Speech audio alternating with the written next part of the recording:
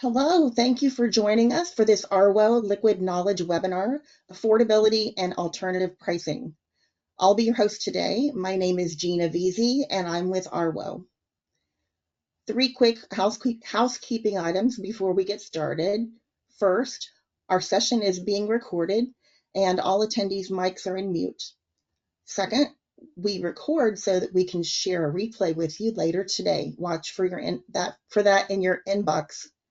And finally, we will have time for Q&A at the end of the session. Please log your questions as you have them by clicking on the question mark at the top of your screen.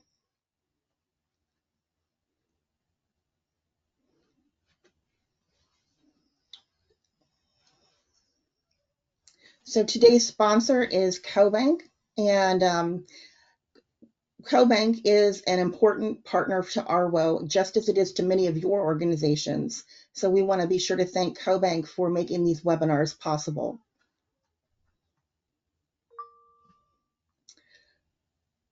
So for those of you who are not already familiar with the Association of Regional Water Organizations, or ARWO, it is the voice and knowledge exchange of regional water and wastewater organizations.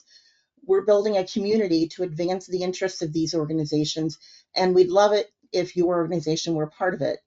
So several of you who are attending today are not members of ARWO, and I wanted to just make sure that you're aware of our current membership offer. So you can scan the QR code and drop your details into the form and request a call back from our membership director, or you can contact her directly if you prefer. And we'll share this information in the email we send later today. So now it's my pleasure to welcome Glenn Marsloff, Secretary of the ARWO Board and Chief Executive Officer of Delco Water in Delaware, Ohio, to introduce our panelists. Thanks, Gina. These webinars are a great way to learn more about ARWO and regional water organizations. So we're so thankful that you've tuned in today. We have three speakers. First, I'm just really thankful that the three of them have volunteered their time to give this webinar today. I've got to see a little bit of this work in the past, and I think it's exceptional cutting edge work when it comes down to affordability and rate making. So we're really pleased to have these three panelists with us today. So I'm going to introduce them. First, Verna Arnett, the General Manager at Beaufort Jasper Water and Sewer District in Acadia, South Carolina. It's near Hilton Head, near Paris Island. She's been in the role for a little more than 2 years, but before that, she was the Deputy Director at City of Cincinnati for about 8 years. She's a registered professional engineer and a board certified environmental engineer. Andrew Burnham is Vice President and with the management and technology sector and the leader in Stantec. He's been there for 9 years, and he's been doing rate making for many years. In fact, he did rate making for me back when I was in Sarasota, Florida about 15, 20 years ago. So he provides those services to local governments all across North America. Finally, Emily Simonson is the Senior Director for Water and Leadership and Innovation at the U.S. Water Alliance. She's been there for 8 years. Her role is to help advance and multi-benefit equitable policies and practices at the intersection of water, infrastructure, community, and social justice. If you haven't already signed up, haven't already registered, the U.S. Water Alliance is holding their One Water Summit in about 2 weeks, 2 or 3 weeks in Pittsburgh, Pennsylvania. So I wanted to give a quick mention of that. It's done every other year, and it's an extraordinary conference. So I want to encourage you all to consider joining Emily and U.S. Water Alliance there. So with that, Emily, I think you're going to get us started. I'm going to turn over the controls to you, so please take it away. And we're excited to hear about the great topics that you're promoting today. Great, thank you, Glenn. That was such a nice introduction. As Glenn said, it's great. And my name's Emily Simonson. I work for the U.S. Water Alliance. It's really nice to be back with ARWO sharing about this work. If you haven't heard of us before, the Alliance is a national nonprofit. We're a little different because we bring together not just water and wastewater utilities as members, but also companies, environmental organizations, frontline justice organizations, labor groups, academia. So big tent, but all committed to a shared future around water. And we're really united under the banner of One Water, which to us isn't just about integrated water management, across utilities. It's really about a unifying approach that looks across parts of our economy, parts of landscapes and land management, to try to build a broader base and think about how we manage water holistically and sustainability in the sector and beyond. As a network organization, the Alliance tries to support our members in pretty practical ways, right? We try to educate through research like what you'll hear about today, piloting new approaches on the ground, accelerating what works, and celebrating people when they get it right. So at the conference Glenn just mentioned, we're actually going to be having our U.S. Water Prize ceremony to do some of that celebration. But on to today's topic, our network's really been focused on affordability for some time now. And there's been a lot of chatter, important chatter about how we think about affordability, how we define it, how we measure it. Those are all incredibly important conversations that are worth tracking. And at its core, when the Alliance is talking about affordability, we're really just to set the stage talking about a condition in which two things are true, right? One is all people can pay for their services without having to forego other essentials like rent, medicine, food. But at the same time, a second condition has to be true, right? And that's that the utility has to be resourced at a level where they can fully fund a community's needs, right? So when we think about our North Star, we think about those two things occurring in tandem. And I think folks who attend these webinars know for sure that there's a lot that stands in the way of that North Star. And our headwinds on affordability are actually increasing, right? So just to name one headwind, we know that the increasing costs that residents face also affect water and wastewater utilities that serve them, adds to affordability pressure. And we have a lot of data, like the data on the screen suggests, that more and more local and regional water professionals are going to be called to show up and show more leadership on this issue, especially as public concern about water affordability grows. So this chart is essentially saying that, over the last 6 years or so, the percentage of voters who are concerned about affordable water has doubled from about 13% in 2018 to 30% in 2024. So again, we can anticipate more leadership need to be shown. But the good side of that, and something that I take a lot of inspiration from, is that local water professionals are already showing leadership on this way more than other levels of our public compact across federal, state, and local for water. And because of that leadership, the growing toolbox of solutions and things to consider and innovations is actually growing. So that toolbox is pretty wide, right? You can see how my brain thinks about it on this slide here. Today, we're going to really zoom in on how rate making can make a difference. But there are, of course, other solution sets that deserve their own webinars probably to cover, innovations in assistance, economies of scale, how to get, the best funding and financing deals, etc. So there's a lot within this universe. But today we're going to spend a good amount of time sharing research that's described in a report that Andy, Verna, myself, and others collaborated on about alternative ways to price water.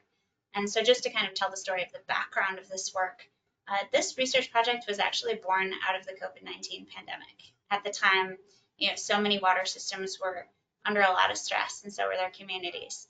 There were a lot of shutoff moratoriums going on. There was concern about what would happen once those expired. Back then, as Glenn mentioned, Verna was, at the water utility in Cincinnati, actively exploring solutions to affordability challenges. And around the same time, Andy Burnham, you came to the Alliance with new ideas for designing rates that could really help us rise to that moment. So without further ado, I want to turn it over to Andy to share a little bit about what we did.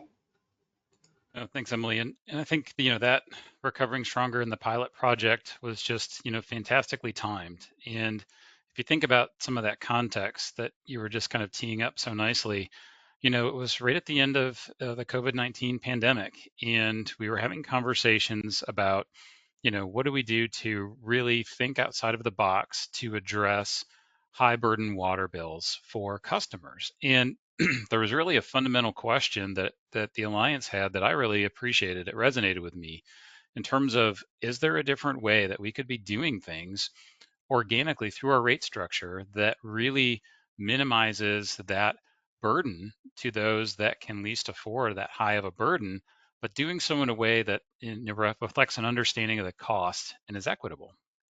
And so that kind of overall project context, really spoke to me. And so when we had the opportunity to work on this together, it just it really struck a chord. And so that fundamental question of could we look to alternative ways of doing things that are justifiable, but perhaps more progressive than traditional rate structures that have been around for decades? Does it make sense? And could we explore something like that, reflecting today's sentiment around affordability and today's challenges for utilities in terms of truly funding all of their needs to provide the level of services that communities need for water and wastewater? And so going through this process in the pilot, we really identified kind of a 5-step process to try to evaluate some alternatives to pricing. The first step was to identify the types of costs that would be included in this mechanism, and then trying to isolate those from existing pricing. We could look at doing alternative pricing mechanisms to generate additional funds for new programs or additional programs, and that's certainly an option. But we did this with an approach in the pilot study being revenue neutral. So we wanted to understand what sorts of costs we thought might make sense, taking them out of the existing structure, identifying what sorts of alternative options in terms of the units of service could we look at to maybe recover those costs, and then to recalculate the current pricing as well as the alternative pricing models, to then be able to do bill comparisons to see what were the effects of this, and doing those bill comparisons with some information relative to shutoffs and correlations to those sorts of data points to just see if the results were really hitting the intended outcomes that we were looking for. And so kind of stepping through each of these, the first conversation we had in working with the team was what types of costs might make sense to look at differently. And some of the things that maybe would jump out naturally might be things associated with fire protection. And some places have already taken those costs and recognize that they're really associated with protecting property, from loss as well as the loss of life. And maybe that's not necessarily as correlated with meter size and water use. Or looking at distribution assets, for instance, and saying, well, these maybe are more associated with having a system in place to serve customers, as opposed to the amount of demands that they're placing on the system. And so you could have conversations about potential different ways to measure and allocate cost for any of these types of infrastructure investments or functions. But for this example, we focused on the distribution system cost with Cincinnati's data as an example to show how this could work. And so once we'd selected those cost requirements, we then identified those within the current cost of service of Cincinnati Water Works. And so we had the benefit of having recently conducted a study that Cincinnati had done of the rates and the cost. So we were able to identify that 22% of their costs were associated with the distribution system for both operating and capital. And then we took it a step further to say, well, okay, we need to also focus this on really residential customers. So let's go to the residential cost of service that had been identified and identify the distribution portion of that. So we now knew what cost that we were looking at. And then we also explored additional data with the Cincinnati that was available to say what other means did we have to look at how to allocate those costs. And for those of you that really love statistics and know your correlations, you'll see what these quickly are. They're correlation coefficients. And we were able to go through and identify from various mechanisms of data within the billing system or those that could be linked to the billing system, because in Cincinnati they had parcel IDs, so we could get property characteristics. We looked at alternative units of service ranging from property value, number of bedrooms, frontage feet of lots, building area, parcel area in terms of acres, and identified for the residential customers in Cincinnati what are those units of service. And we did several correlation analyses of how are these things correlated to consumption. And so basically, if you see a positive value and the higher the value is approaching 1, that means the higher correlated it is positively to the other thing. So that means as property value goes up, consumption generally goes up. But we also looked at correlations not just to water use, but also to income levels. And what we found was pretty interesting is that many of these property characteristics, whether it's property value or building area or parcel area or even frontage feet, have pretty high correlations to water use, but also pretty high correlations to income levels, meaning that if we were to use some of these property characteristics to allocate these costs or to set rates, it means we could expect that we would see that they would be consistent with how water use is generally occurring, but also very consistent with income levels. And it may be a path to achieving a better distribution of cost from an equity perspective based on these considerations of both income and property characteristics. So from here, we said, okay, we've got great data to work with Cincinnati as our example utility. Let's take the distribution cost out of their existing rate structure and recalculate what the existing rates would be, and then take those distribution costs and use those alternative property characteristics to say what would the rate be per linear feet of frontage, or per acre for parcel size, or per square feet based on building size, or per dollar of assessed value if we're using taxable value, or per bedroom based on number of bedrooms, so that we could now have rates to then rerun and do customer bill impact calculations with as a result of this alternative pricing. And we did this for a number of different areas in Cincinnati in terms of the bill impacts. And ultimately, it really came down to looking at it in neighborhood groupings. And so when we look at the monthly bill results, we identified, well, looked at over 50 different neighborhoods. And this is one of the neighborhoods where we said, let's take this neighborhood. It's a neighborhood that has lower income levels. You can see the median household income and the lowest quintile income. And then we just calculated the bills, both today, based on the usage in that neighborhood from the billing data, and then how that bill would change if we were to use these alternative mechanisms to cover the distribution costs of the utility. And so you could see the current bill today is $23.05 for 500 cubic feet of water use. If we use the distribution cost to be allocated based on number of bedrooms, the average bedrooms in this neighborhood was 2.1. So in this instance, that bill would be reduced slightly to $22.38. If we use building size, the building size in this neighborhood was about 1,000 square feet, a little less. The bill would drop to 2034. If we use frontage feet, these lots were about 40 feet in width. The bill would be $19.82. Parcel area, they're about 0.1 acres for the typical households in this neighborhood. The bill would drop to $17.66. And the property values, the assessed values in this neighborhood were fairly modest. And so if we use property value to recover it, we could see that bill would be $15.72. And this is just for distribution costs, but you could see that bill would be reduced by almost $7 to $8 versus the current structure in this example for this neighborhood. But we looked at all the neighborhoods. And so while we can't fit them all on a chart, we just included some here to give you an example. And we are identifying for each neighborhood the income levels, how many shutoffs are happening in each area and what the current typical bill is today. And then on the right-hand side, under the typical bill impacts, we identified how would the bill change if we were to use any of these property-based characteristics for pricing and recovery of those distribution costs. And we use shading here to help really kind of visually take away, the results of these options. And with green, we really use that as positive equity outcome. That means where the income is greater than the city median household income, and the typical bill in that area increases, that would be considered a positive equity outcome. And conversely, if the income is less than the city's overall MHI and the bill goes down, that would also be considered a positive equity outcome. And those are all shaded in green. And then the opposite was what we identified as negative equity outcomes, where income is greater than the city MHI and the bill's going down. Or if the income is less than the city's median household income and the bill goes up. And I wish I could tell you that I'm here today with a perfect solution of how we could price our services that works for everyone. But I think hopefully all of us are here with a good understanding that it's really hard to design a perfect rate structure that works for everyone.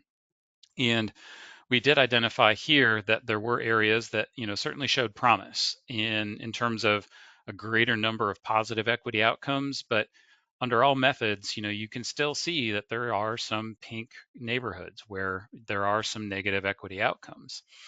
And focusing on that neighborhood B, that's a neighborhood that has larger lot sizes. Most of those areas on those larger lot sizes are undevelopable or not likely to be developed. So when we looked at, some of those parcels in neighborhood B, they have a greater frontage, greater parcel area. Using those methodologies would mean their bills would be higher than what they would be today. But that's to say also that when we looked at this, it really highlights, I think, the need that maybe there's a way that you could use these mechanisms, but still have outliers addressed through exception programs. So again, that's not necessarily to say let's adopt one of these methodologies without consideration for extenuating circumstances that may exist, because it's very possible that they can and likely will. But overall, if you were to think about all the neighborhoods as we grouped them together and looked at all the 50 plus neighborhoods, fundamentally, we saw a significant majority of the neighborhoods with a positive equity outcome under these approaches, with the highest being about 80% under property value. Parcel area and number of bedrooms were about 65% or 2/3. So again, we still saw a significant amount of positive equity outcomes from these approaches on an overall basis. And we also took it back to just that information I mentioned earlier about shutoffs and other great information that was available, and tried to plot this out visually to see where this would have an impact. And so this first example just shows on the left-hand side, where the shutoffs are occurring, and the darker the color, the higher the number of shutoffs. And you can kind of see the darkest color there stands out on the left-hand side of the chart. On the right-hand side, we said, well, what would be the bill impacts if we used frontage feet? And how does that correlate to where a lot of those shutoffs are occurring? And so you can see the darker the blue color on the right-hand side, that means the more the bill reduction would be. And so we see some generally positive correlations, but what's really interesting is if you do this with property value, you could really look at that area that has the highest number of shutoffs and see a significant impact in terms of a bill reduction to that particular area. And if you broaden your view beyond that to some of the other areas with higher shutoffs, you can again see that there's a very significant correlation here in terms of property value bill impact reductions in areas where there's high shutoffs. Again, kind of showing promise that this type of an approach may have an impact in areas where there's a lot of shutoffs. Not necessarily saying all shutoffs are associated with ability to pay, but again, there's likely some correlation there as well. But this pilot study, there's a lot to consider. It's a pilot. And I think as you look at each of the different options, there's a lot to consider from where each utility sits today, specifically relative to available data, administrative abilities, system resources to be able to implement some of these methodologies, and also just potential state enabling legislation or lack thereof, or potential legal precedent through case law that may make some of this challenging to do. But I think there's options, even in those instances where there may be potential roadblocks, where you could look to alternative ways of doing things or implementing this that, reflects, progress. And to that end, I think Jackson, Mississippi is a great example of a community that looked at doing something like this in terms of property-based characteristics for rate structure, but had to pivot. And there, the issue was really around conversations that were had in the community about the methodology of trying to go to a property-based rate structure. And ultimately, there was some initial resistance to those conversations. And what happened was ultimately that the state, took measures to try to preclude the use of property characteristics or other things other than usage and rate setting. But it caused a creative outcome. And what Jackson ultimately did was pivoted and looked at ways to identify and leverage other available data to create a separate customer classification for customers that were eligible for the SNAP program. And so I think, again, just having this conversation, being able to look at some of these options, it's not necessarily to say that these things have to be implemented exactly as looked at in the pilot, but hopefully they're thought-provoking and give you some ideas of things that you can look at and explore that can fit within your own individual paradigms.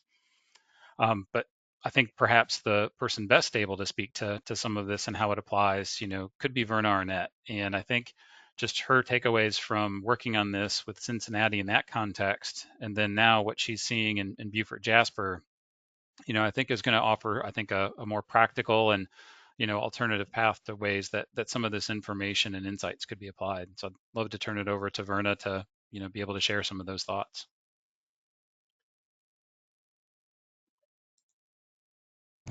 Good afternoon. Thank you. Sorry about that. I was trying to find my unmute button. Thank you, Andy. And, when I first heard about this study and we were approached by the U.S. Water Alliance, I was at Greater Cincinnati Water Works. And I really had always wondered how we could look at property characteristics and look at doing different types of cost allocation based on that, just because there's such a wide variety of properties and property types in our service area. So it was really an opportunity to do something and look at our cost allocation for our cost of service models in a different way. And in going through the pricing model study, there were several takeaways, and a lot of it, more or less, as Andy was talking about, is just a reflection on how we're looking at cost and really looking at them in ways that are promoting equity among our customer base. Obviously, water is a fundamental role in our society, and we have to have it. We have to have it to support our economy and our basic health and safety. But one thing I looked at or thought about when we were working on this study was what is our basic mission? And if you go to most water utilities, they're pretty much the same. We all want to provide a high quality of water, plentiful supply, high level of service in a fiscally responsible manner. But when I looked at that, the one thing it dawned on me that was missing is our mission really equitable? We say we want to provide a plentiful supply, but if you don't pay, we're going to shut you off. We say we want to provide excellent, high quality service, but if you're shut off from water service, you have basic environmental and sanitary needs that aren't met for customers. We talk about fiscal responsibility, and that's really where the rub is, right? We have increasing costs, and the normal reaction is just to increase our rates, and typically we do that across the board. So this really got us, I know, into thinking more about how we can look at our costs and as we go forward. Just a few differences I've noticed. As was said before, I work at U.S Jasper Water and Sewer. I've been here about 2 years.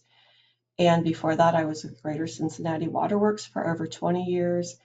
And it's been eye-opening for me, I know, to move from a very well-established old northern utility to a utility that is down south in the low country. It's very flat here. It's a utility that was established in the 1960s. We serve 2 counties, Beaufort County and Jasper County.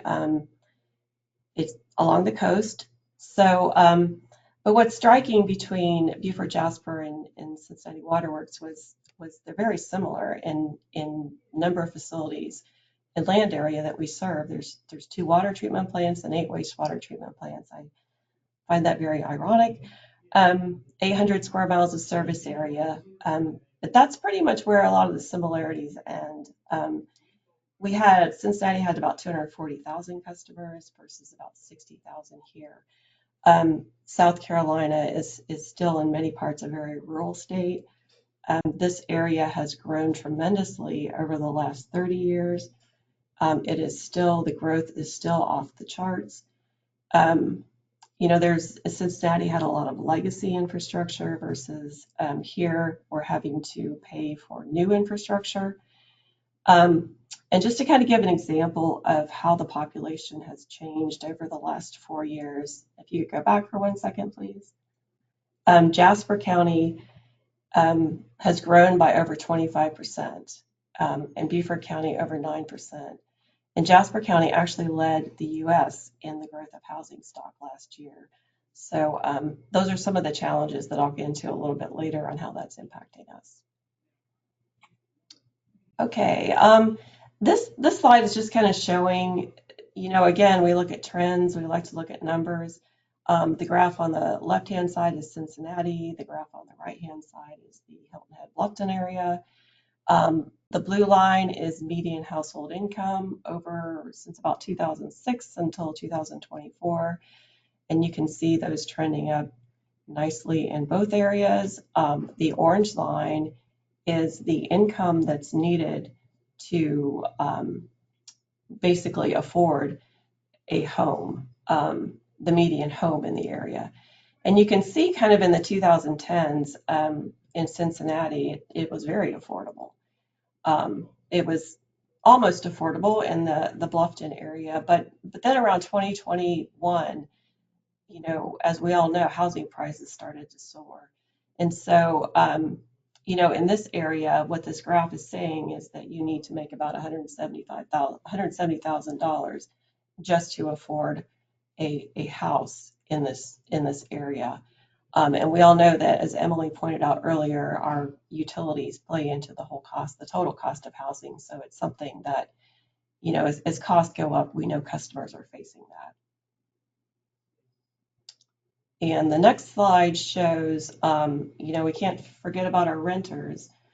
For reasons I'm still not entirely understanding why the big jump in 2021, but we all know that happened. And you can see by this graph that, you know, people are paying $400 to $500 more a month in rent, which is significant. I think that's almost a 40% increase in some of these rental costs. And one thing we're noticing here is that these numbers are somewhat skewed low because a lot of our rentals here also charge for separately for utilities. They're starting to charge flat fees for water and sewer, and that's in addition to their rent. So the costs are high here. It's something that, again, we know when we raise rates, we have to account for not only home ownership, but also our rental customers. So the big question, and I guess this is the big question in cost of service and rate making, is who pays, how often, and how much do they pay? And just the way our revenue is collected now is basically two major sources of revenue, is rates and fees. And so our rates right now, we simply have two customer classes, residential and commercial, and we do have some wholesale customers as well.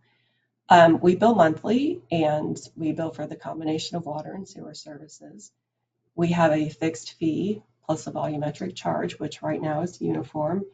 We also cap our sewer charge to an amount so that over that amount of water use, people are not charged for the sewer component of their bill. Non-payment will result in shutoff, but we do have a bill payment assistance program for emergencies, and that's proven to be really helpful. That's funded through a non-water revenue source. And then we charge fees for capacity fees for new development to connect to our system, and those we have just recently doubled. So equity and affordability are challenging, as we all know. I guess three things I learned about coming to South Carolina was alligators, hurricanes, and irrigation systems, and those things I think are unique to this area of the country. But it's been interesting, and everyone here has an irrigation system. I'm from the north. I'm not used to that, but you know, and looking at our water demand patterns, irrigation accounts for about 50% of our water usage in the summertime. And we're just getting finished spending $54 million on a water plant expansion. And we can very easily meet our base demand during the winter time, but that plant expansion, we're going to need to account for. Obviously, it's going to account for growth, but part of that growth is also this vast irrigation demand that we have. We also have a significant capital plan, as I mentioned, with our growth. We're working on about 4 different treatment plant expansions at the same time. Our capital plan right now is about $500 million over the next few years. It's over $1 billion for the 10-year projected plan. And interestingly, many in this area are still on wells and septic systems. So that's also something that we're trying to address over time, especially with the septic systems that are contributing to public health issues and also environmental issues. So those are things that we're looking heavily at too. We've had rate increases have traditionally been here between 1 to 2%, 3%, about every third year. So it's pretty much a long history of minimal rate increases. Over the last 2 years, we've had to raise those 8 and 9%. We have also recently increased our sewer cap from 7,000 to 10,000 gallons per month, and that was done as kind of a step to move towards equity among our customer base. We are going forward with rate increases quite a bit higher than what the utility's been used to. For fiscal year 26, we're doing 5.75, and then the board has approved a 7 and 5% for the following years after that. As I mentioned, we increased our capacity fees. Those are going in over a phased-in approach, but those will eventually be doubled. And that doesn't pay for new develop or for growth projects, but it does help to offset those. And just to recap our affordability challenges, we have obviously impacts of costs and our vastly increasing costs, particularly on the construction, the capital side of things. Our impacts on customers, we have a very wide range of customer base, wide impact or range in economic status and income of our residents. And so we're constantly trying to balance that. We're also looking and thinking about our impacts on our workforce. And when I say workforce, I'm also including the workforce here at Beaufort Jasper, because our minimum salary that we pay someone here is about $20 an hour, which quite frankly does not allow a person to really live in the Beaufort Jasper service area. So those are things we're trying to look at equity from several different aspects. And so upcoming, we are still trying to wrap up a cost of service study, and we're going to be looking at different ways of structuring our rates. I know the board here, the BJWSA board, is very interested in that. They're interested in conservation price signaling because of the cost of that treatment capacity, and really it's considered by many to be a premium use of water. And then affordability, and there's, with our rates increasing like they are, making sure that water, at least a basic water service, remains affordable for all of our customers. So in consideration on rates, I think the pricing model study really has gotten me to thinking more about how do we look at our rates and what are some options for us. An inclining block rate structure really is one that's used quite often and does the price signaling for conservation. Time of use is something that has been suggested. We do have an AMI system. So that's something that I know some people are really interested in looking into. Are there things that we could do in the future as far as how people are using water and the time that they're using water, similar to the electric industry? And then a lifeline rate, which is another one that's utilities, I think, are more commonly looking at, and that would include a base volume of water and a sewer service within the fixed fee of our service area of our water bill.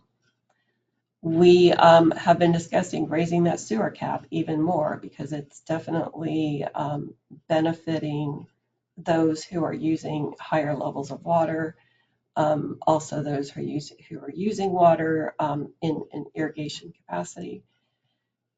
Property use, and I think along with the property characteristics, we have a lot of people here. We have a lot of people here who are retired. That's one thing that our over 65 population has increased well over 100% in the last few years. But we also have people with second homes. We have homes that are not occupied all year long for that reason. And so, they're basically taking a spot of capacity, but not really using any of the capacity that their property is, that we provided facilities for. And then there's also other cost drivers. You know, as I said, we raised capacity fees recently, and one of the reasons we had to raise it so dramatically was because our treatment plant capacity costs have just gone through the roof. We had a project estimated in 2020 to cost $31 million. This is for a wastewater treatment plant expansion, and it bid last year for $107 million. And that was for a 3.75 MGD expansion. So we're not talking about a huge amount of capacity, but when you start approaching $30 a gallon for capacity, it doesn't take long to, you know, you have to pass those costs along to the customers who are moving here to use that capacity. You know, we often are talked about within the affordable housing conversation, and there's a lot of talk about that in this area for obvious reasons. And one thing that we've done recently is we have proposed a local government partnership program that would allow, we serve 4 different municipalities in 2 counties, and we would give them each a budgeted amount of money each year that they could use to pay for affordability projects. They could use it to pay for capacity fees for affordable housing or workforce housing. And, you know, which is a way that kind of takes us out of selecting who gets money, but then puts it over onto those that are more in tune with where those needs are. So that's something that we're hoping to get approved actually at our board meeting next week. Very proud of that. There's been a lot of work put into that. But with that, I appreciate the opportunity to speak, and thank you very much. And I think I'll turn it back over to Emily. There we go. Verna, thank you. You really underscored with your remarks just the full toolbox approach that you have to take in your position. So incredibly valuable. Thank you. I wanted to make sure that before we open up for Q&A, we do bring some other resources into the mix for this conversation. So the first one I wanted to flag is just this QR code, which if you are curious about the study we did, you can download this, share it with folks, talk about it. I will, because, you know, both Andy and Verna offered kind of commentary on like what's happened since this report, how it's informed their thinking, other places that they have seen. I'll just share quickly that since releasing this report, we've observed that it's clear that states and utilities need different ways of talking about this type of approach based on their context and what will be salient. So that's one thing, and you can either go the equity route, right? This will help prevent burdens on low-income folks. You can also go the cost of service justifiability route, which might play better in different contexts. But we've also seen, I do want to point out that the report focuses on Cincinnati and also a little bit on Milwaukee, which are large urban areas. But we've also seen since releasing this report, you know, running through scenarios in which it might be also helpful for smaller systems as well, and have seen, you know, some good pickup of interest on that side too. So if you're here representing a smaller community, know that this is still something that you might want to look into. But on that prior note of getting smarter about the ways that we talk to the public about affordability, about various things, I did want to point to one resource in addition to the report that we've released since releasing the report. And it's about how to talk about affordability and utility financial resilience in a way that builds public support for local water systems and the policies that they might want to enact to help out and make progress. So we conducted research really to test messages, right? And the research is available in the tiny URL on the screen, and hopefully we can get these slides circulated to everybody after this so you can access it. But the goal was really to find out what people think about affordability and also what kind of messages move them to action, whether that action is supporting new funding for assistance programs or changes at a policy level, even simply just kind of understanding urgency and having empathy around this issue. And we tested 5 different messaging angles. The one that performed best was the social pressure message. So that's the message that is actually in the Facebook ad that you see on the left of this slide. We essentially referenced, the majority opinion of folks, believing that access to water is a core thing that people are getting behind. There's specific language there that, if your neighbors support this, join them in supporting this. And it presents a statistic about the support that universal water access has among the public. That type of message performed the best. Beyond that, the second top performing messaging angle is urgency. So folks were more likely to click and want to learn more about what's going on with affordability in their local communities. First, social pressure, second, urgency. And the urgency message that did the best was one that said, 17% of U.S. households struggle to afford basic services. That statistic is from Duke University. And if you are interested or you have communicators who you work with who want to take a look at that, I encourage you to check it out. But the other thing I wanted to flag, that is not just all research.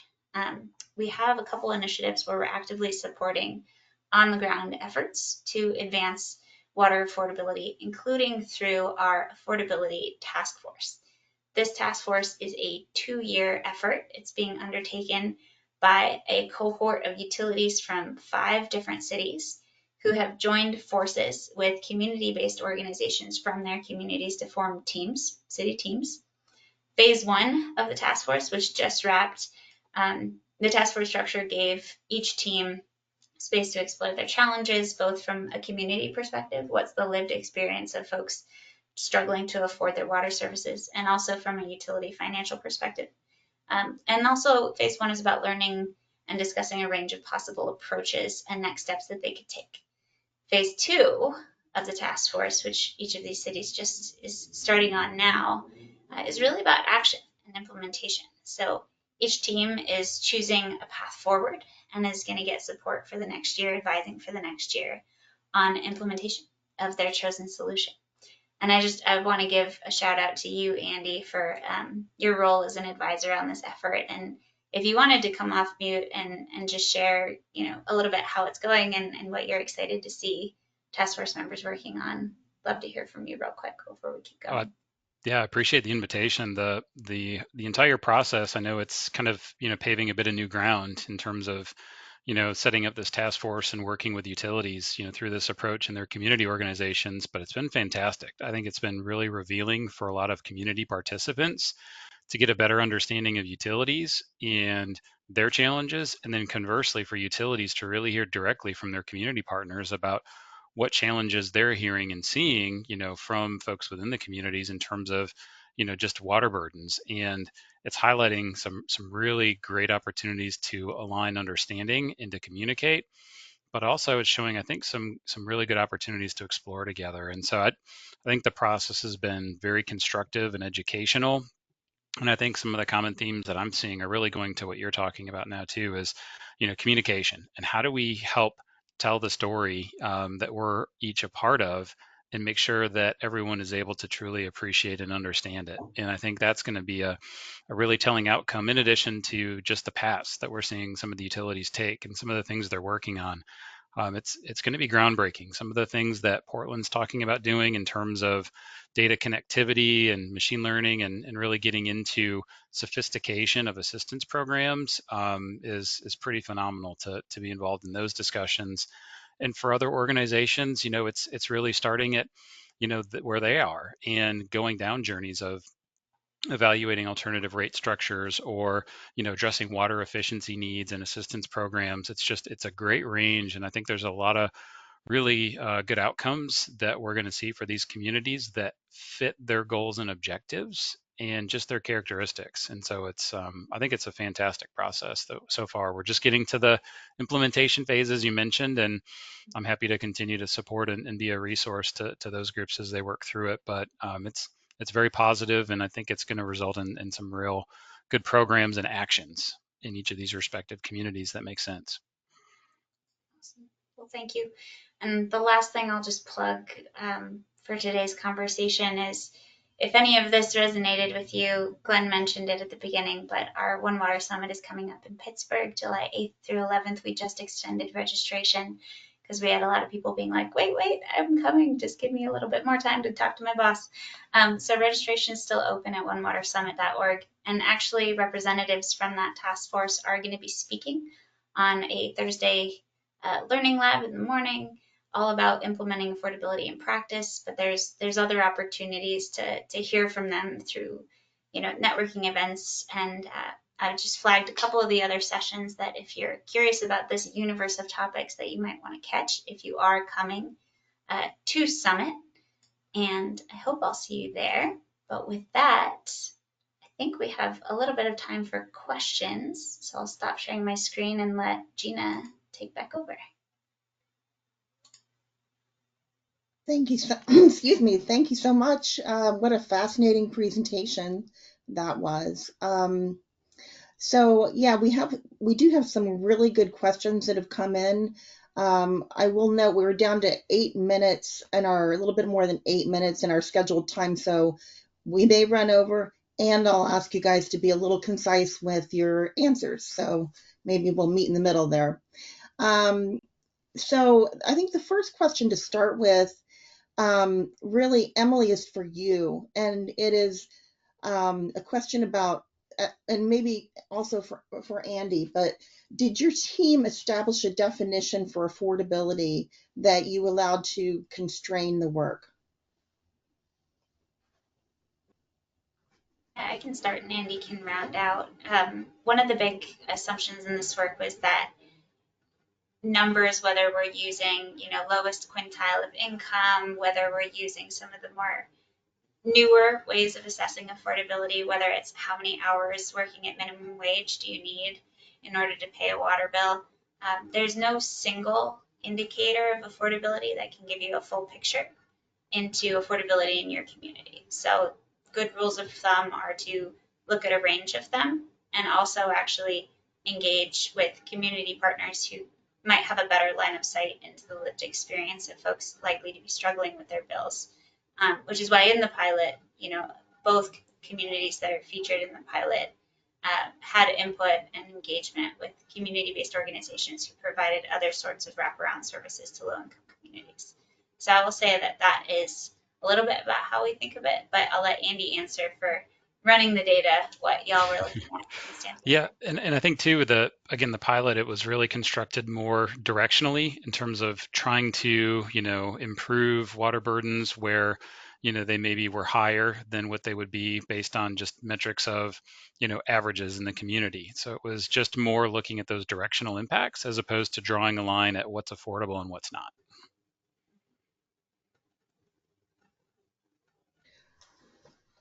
Okay, that's great. So, Andy, you considered several types of attributes to achieve equitability. Did you explore any approach that only considered the engineering and operational characteristics of the system to see how the natural evolution of land development practices may or may not be related to rate equitability? That's an interesting and complex one. So It is. I don't know if I can answer this one very quickly, but I think fundamentally, that speaks to the process of identifying the types of costs that you may want to look to include in a mechanism like this. And it could be based on operational or engineering characteristics. And I think part of that would include some contextual conversations and potentially anecdotal information about just what's happened in the community as the system has developed, to give consideration to maybe these property characteristics or other features that could make sense to allocate costs or certain portions of the cost. So while we specifically didn't try to tackle that in this pilot, that could certainly be an input to the process of looking at these characteristics or others for allocating, certain portions of utility costs differently. Well, I think you answered that very concisely. So Verna, so did these concepts ever elevate to the level of the board or council? And if so, what was some of the feedback or concerns that you heard? Yes, the concept, some of these concepts were actually proposed by some of our board members, so they're very interested in looking at different ways of of pricing, and I think a lot of it stems around the premium use of water for irrigation and other factors such as the second home issue and things like that. So they're very involved in it and looking forward to working through some of this. So I think it's going to be interesting to see what we eventually start moving towards. Okay, don't go anywhere just yet because we've got another one for you, Verna, and that is your housing program. Is it funds for potential projects or reduction in capacity fees or something else that you're offering as a partner to your local governments? Yeah, it's actually both. It's basically a budgeted amount of money for each local government that they have per year, and they could put it towards capacity fee offsets for affordable housing. They could put it towards an affordable housing project to offset the cost of extending infrastructure, or others. So it's basically capital and capacity fees. Okay, and I think this one's really for Andy. If you could do the project again with access to all data from within the utility um, live, what data would you like to explore more related to water rate affordability? Well, I think one of the things I'd probably like to get into two areas. One would be just, getting some information about other customer classifications because we really focused on single family residential. So I'd in particular like to look at commercial and how some of these concepts may play out from a commercial customer perspective. And also just trying to see what additional data we might be able to unearth about renters and multifamily in particular. So just knowing that those are some of the harder to reach customers, being able to kind of dive deeper into those two potential aspects of application would be one that I'd, if we could, have more time to do everything, those would be areas that I definitely would like to spend more time on. Okay, so I'm just going through these questions here. Um, this is a good one, and it's probably a question for Andy. In the process, did your team reveal any technical findings not related to the project objectives, but that are consequential to the water industry, which is sort of a big thinking question too. It is big thinking. I guess it's hard to think about technical findings outside of our objectives, but I guess I'll just say some interesting takeaways that I had from this were just some of the correlation results were pretty significant to me in terms of, if you take a step back and think about the types of costs that we're recovering and look at how, certain measures of allocating cost are correlated not just to water use, but also to incomes. I just, to me, I think it really, creates a conversation or at least an opportunity for fresh thinking about just how much technical precision should we let lead our rate setting process? And is there space to accommodate some social aspects of considerations in our respective environments, for a portion of our cost requirements that still can be founded in logic? And I think that it's a very broad answer, and I wish I could give you one or two specific things to take away from that, but I just think it was a pretty profound exercise to go through to realize that we can look at a lot of other things and have a very solid foundation for allocating our cost. And so that could have a pretty broad application throughout all aspects of the industry in terms of rate setting potential. Okay, so we're getting very close to the end of our session, so I'm going to wrap things up here. Put one more slide up for you all to consider. And first of all, thank you again to our panelists. I really appreciate all the time and thought that you've clearly put into this, and I know that our viewers, our webinar participants are very happy as well. So before you all go, I'd like to invite you to register for our next webinar, also on a Wednesday at 1 o'clock Eastern on Wednesday, July 9th. And it's going to be on cybersecurity threats and customer service continuity. Our speakers, we have one from EJ Water in Dietrich, Illinois, Tim Allred. He's the Chief Operations Officer. And then he's going to be joined by Marie Brown, who is Customer Service Dispatch and Field Manager at Toho Water Authority in Kissimmee, Florida. So they are telling us in preparation for this session that cybersecurity threats are real, and it's not a matter of if, but when. And they're planning to walk you all through the cyber threat preparation with a focus on minimizing the impact to your customers. So we hope that you'll join us for that session, and that's all that we have for you today. Appreciate your time and attention, and again, watch for the email later today. We'll bundle up all the resources and opportunities into one big email. So thank you again, and we'll hope to see you in a month.